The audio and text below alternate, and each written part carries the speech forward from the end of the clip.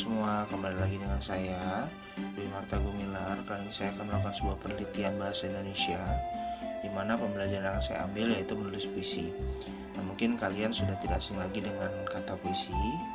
Mungkin kalian pernah melihat ataupun membaca, atau mungkin kalian pernah membawakan puisi di salah satu pentas ataupun kejuaraan. Nah, kali ini saya akan sedikit mengulas mengenai materi puisi. Silahkan disimak. Jangan lupa diklik tombol subscribe dan like-nya ya. Oke, sebelum kita mengenal lebih jauh tentang puisi, langkah baiknya kita mengenal terlebih dahulu tentang karya sastra, karena puisi ini adalah bagian dari karya sastra. Nah, karya sastra sendiri merupakan suatu ciptaan yang disampaikan oleh penulis untuk menyampaikan segala ide, gagasan, pikiran, perasaan, antusiasme, dan kepercayaan dalam bentuk tulisan dengan berbagai kata yang penuh dengan makna, sehingga menimbulkan suatu estetika keindahan serta daya tarik tertentu kepada pembacanya. Nah, karya sastra sendiri memiliki beberapa jenis, salah satunya yaitu puisi yang akan kita bahas nanti lebih lanjut. Namun selain puisi itu ada pantun, ada roman, ada novel, ada cerpen, ada dongeng, ada legenda, dan naskah drama. Nah, seperti yang tadi saya bilang, kita akan mengupas lebih lanjut tentang puisi. Jadi untuk yang lainnya mungkin akan disampaikan oleh guru bahasa Indonesia di dalam kelas kalian ya. Nah, karena saya berfokuskan kepada puisi, maka kawan-kawan harus tahu bagaimana puisi dibuat, lalu mengenal isi dari puisi. Kita akan kupas tuntas tentang puisi. Nah, puisi sendiri adalah suatu karya sastra, hasil ungkapan pemikiran dan perasaan manusia yang bahasanya terikat oleh diksi, irama, mantra, rima, penyusunan lirik dan bait, serta penuh dengan makna. Puisi juga mengutamakan bunyi, bentuk, dan juga makna yang hendak disampaikan. Oke, puisi juga memiliki ciri-ciri. Yang pertama, penulisan puisi dituangkan ke dalam bentuk bait yang terdiri atas baris-baris, bukan bentuk paragraf seperti pada prosa dan dialog pada naskah drama. Yang kedua, diksi yang digunakan dalam puisi biasanya bersifat kias, padat, dan indah. Lalu yang ketiga, penggunaan majas sangat dominan dalam bahasa puisi. Dan yang keempat, pemilihan diksi yang digunakan mempertimbangkan adanya rima dan persajakan. Nah, yang terakhir, setting, alur, dan tokoh dalam puisi itu tidak begitu ditonjolkan dalam pengungkapannya. Selanjutnya, unsur-unsur di dalam puisi. Secara sederhana, batang puisi terbentuk dari beberapa unsur, yaitu kata, larik, bait, bunyi, dan makna. Nah, kelima unsur puisi ini saling mempengaruhi keutuhan sebuah puisi. Jika kita jabarkan, kata merupakan salah satu unsur terbentuknya puisi. Pemilihan kata yang tepat sangat menentukan kesatuan dan keutuhan unsur-unsur lainnya. Selanjutnya, larik atau baris bisa berupa satu kata saja, bisa berbentuk frase, atau bisa pula berbentuk sebuah kalimat utuh. Lalu, bait. Bait adalah sebuah kumpulan larik atau baris yang tersusun secara harmonis. Pada bait inilah biasanya ada kesatuan makna. Lalu bunyi. Bunyi terbagi menjadi dua. Yang pertama, ada rima atau persajakan, merupakan bunyi-bunyi yang ditimbulkan oleh huruf atau kata-kata dalam larik dan bait. Lalu yang kedua, ada irama atau ritme, merupakan pergantian tinggi rendahnya, panjang pendek, dan keras lembut ucapan bunyi. Nah, yang terakhir yaitu adalah makna. merupakan unsur yang mengandung tujuan dari pemilihan kata. Pembentukan larik dan bait, makna bisa menjadi isi dan pesan dari puisi tersebut. Setelah unsur-unsur, berikutnya adalah struktur puisi. Struktur atau unsur pembangun puisi ini terbagi menjadi dua. Yang pertama ada struktur fisik, yaitu unsur pembangun puisi dari luar. Dan ada yang kedua yaitu struktur batin atau unsur pembangun dari dalam. Oke, jika kita jabarkan, struktur fisik puisi atau disebut juga sebagai metode puisi merupakan sarana-sarana yang digunakan oleh penyair untuk mengungkapkan hakikat puisi. Nah, struktur fisik puisi ini terbagi menjadi 6. Yang pertama ada tipografi, lalu yang kedua ada diksi, yang ketiga ada imaji, yang keempat ada kata konkret, yang kelima ada gaya bahasa, yang keenam ada rima dan irama. Oke, yang selanjutnya adalah struktur batin puisi. Struktur batin puisi atau sering juga disebut sebagai hakikat puisi merupakan hal-hal terkait unsur batin dalam pembacaan puisi. Nah, jika tadi struktur fisik puisi ini terbagi 6, nah kalau struktur batin itu hanya 4.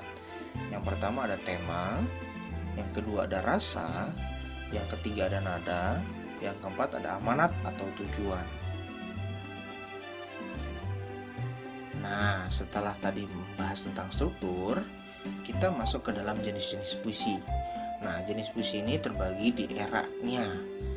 Yang pertama ada puisi lama, dan yang baru ini merupakan puisi modern. Nah, puisi lama juga terbagi lagi menjadi beberapa jenis. Yang pertama ada mantra. Nah, mungkin kalian sudah tidak asing dengan mantra ya, yaitu ucapan yang dipercaya punya kekuatan gaib. Lalu yang kedua ada pantun. Pantun memiliki ciri khas yang umum, itu terdiri dari 4 baris dengan sajak A, B, A, B. Dan setiap baris terdiri dari 8 sampai 12 suku kata. Nah, lalu yang ketiga ada seloka. Seloka merupakan puisi yang termasuk sebagai puisi Melayu klasik. Ini disebut juga sebagai pantun yang saling terkait dan biasanya berisi nasihat. Lalu yang terakhir ada gurindam. Gurindam biasa dikatakan sebagai puisi lama yang berbentuk pendek karena hanya terdiri dari 2 baris saja dengan rima A. Meskipun puisi ini hanya terdiri dari 2 baris, gurindam ternyata banyak berisi nasihat kehidupan. Nah, tadi kan kita sudah bahas puisi lama. Sekarang kita masuk ke dalam puisi modern. Puisi modern ini dibagi lagi menjadi beberapa sub. Sub yang pertama adalah puisi naratif. Puisi naratif itu berisikan yang pertama ada puisi epik. Puisi yang berisi tentang cerita kepahlawanan. Lalu yang kedua ada puisi romansa. Puisi romansa yaitu berisikan puisi cerita yang menggunakan bahasa romantik yang berisi kisah percintaan yang diselingi perkelahian dan juga petualangan. Nah, yang ketiga ini ada himne. Dalam himne itu biasanya menceritakan atau menuliskan puji-pujian kepada Tuhan maupun hal lainnya yang dianggap mulia dan berjasa seperti pahlawan. Selanjutnya ada balada. Puisi yang berisi cerita tentang orang-orang perkasa ataupun tokoh pujaan. Nah, yang terakhir ini ada puisi syair, yaitu puisi yang berisikan sindiran, nasihat, pengajaran agama, dan juga berisikan sejarah atau dongeng. Lalu sub yang kedua, ini ada puisi larik. Puisi larik ini berisikan yang pertama ada ode, yaitu puisi modern yang temanya mulia dan punya nada serta gaya bahasa penyampaiannya bersifat resmi dan sifatnya itu menyanjung. Lalu yang kedua ada elegi, yaitu puisi yang mengungkapkan perasaan duka. Nah, yang ketiga ada serenada. sajak percintaan yang dapat dinyanyikan. Kata serenada itu berarti nyanyian yang tepat dinyanyikan, apalagi di waktu senja. Nah, untuk sub yang ketiga yaitu puisi deskriptif. Ini berisikan adalah puisi satir, yaitu puisi yang mengungkapkan perasaan ketidakpuasan penyair terhadap suatu keadaan, namun dengan cara menyindir atau menyatakan keadaan sebaliknya. Lalu yang kedua ada puisi kritik sosial. Puisi ini juga menyatakan ketidaksenangan penyair terhadap keadaan atau terhadap diri seseorang, namun dengan cara membeberkan kepincangan atau ketidakberesan keadaan orang tersebut. Lalu terakhir itu ada puisi impersonistik, di mana puisi ini mengungkapkan kesan impresi penyair terhadap suatu hal.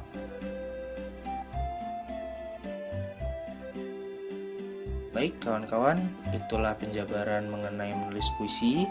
Nah, sekarang ini ada contoh puisi tentang sahabat sejatiku. Kawan-kawan boleh membacakannya ataupun hanya membaca saja. Ini hanya berupa contoh.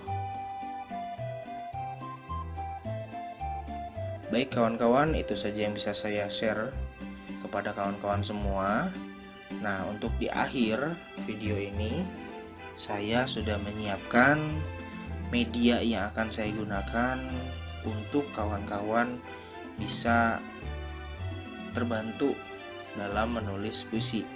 Nah, yang akan saya teliti kali ini yaitu penulisan puisi dengan menggunakan media film dokumenter. Jadi kawan-kawan semua itu nanti akan diminta membuat puisi. Namun sebelum buat puisi, kawan-kawan itu melihat atau menyimak video yang akan saya putarkan. Lalu kawan-kawan nanti bisa untuk mengambil tema dari video tersebut.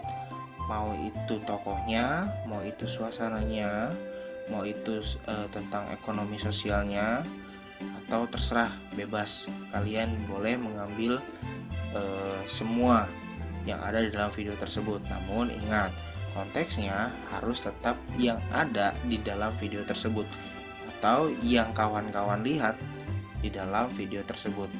Nah, untuk mempersingkat waktu, silakan kawan-kawan simak dulu videonya. Lalu buat puisinya di kertas atau di buku tulis. Lalu nanti hasilnya tolong difoto, lalu upload ke Google Classroom yang sudah disediakan. Baik, silakan dikerjakan dulu.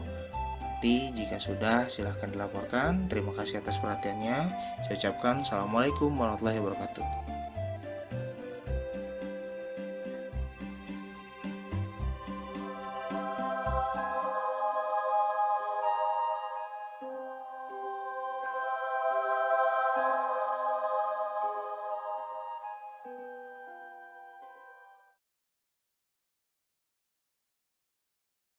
Tempat ini biar lebih besar, lebih bagus, banyak orang yang membaca di sini.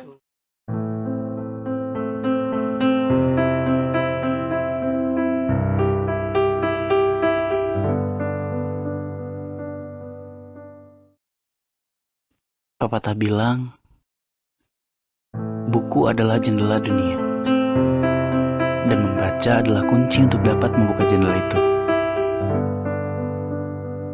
Lalu apa kabar jendela hari ini?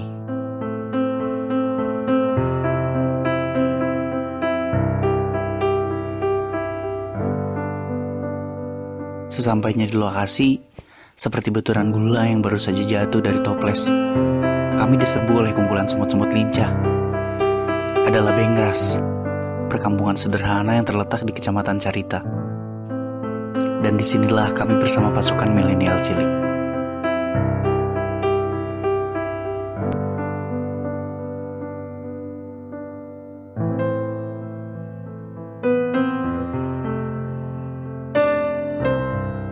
Kali pertama bertemu mereka, 3 hal yang membuat kami tersan: antusiasme, bahasa, dan pemikiran sederhana.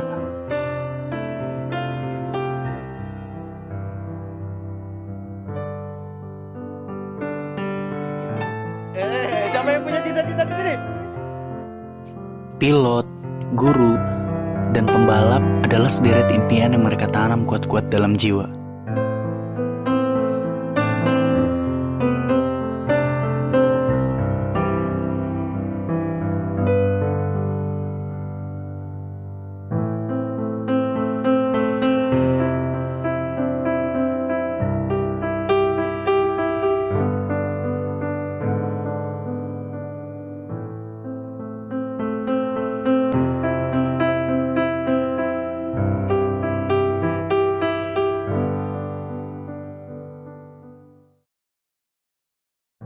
Adi senang baca. Senang, senang. Kenapa senang membaca? Biar pintar, Biar pintar. ya. Biar masa depannya jadi baik. Ingin membesarkan dunia. Harapan adik-adik sendiri terhadap taman baca ini seperti apa? Harapan tempat ini biar lebih besar, lebih bagus. Banyak orang yang membaca di sini. Ya, banyak buku. Jadi bagus.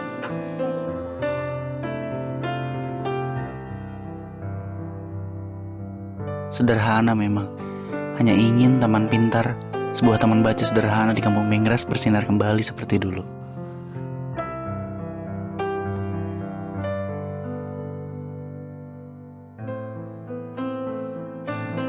Kalau misalkan ada yang mau ngasih buku, kalian mau minta buku apa? Buku Islam. Kudangeng. Pengen buku Atlas. Dan buku Kisah 25 Nabi dan Rasul. Buku bahasa Sunda. Buku Inggris. Dan pada akhirnya, seindah apapun jendela, jika tak mempunyai kunci untuk membukanya, bagaimana jadinya? Dan mari perbanyak kunci-kunci itu.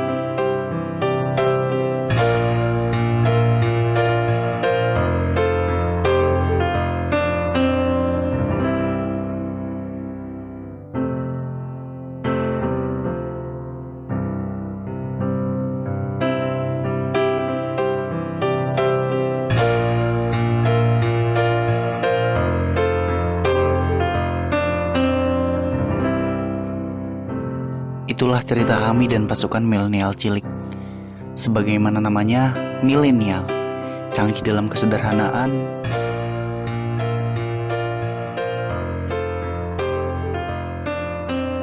dan canggih dalam kebersahajaan.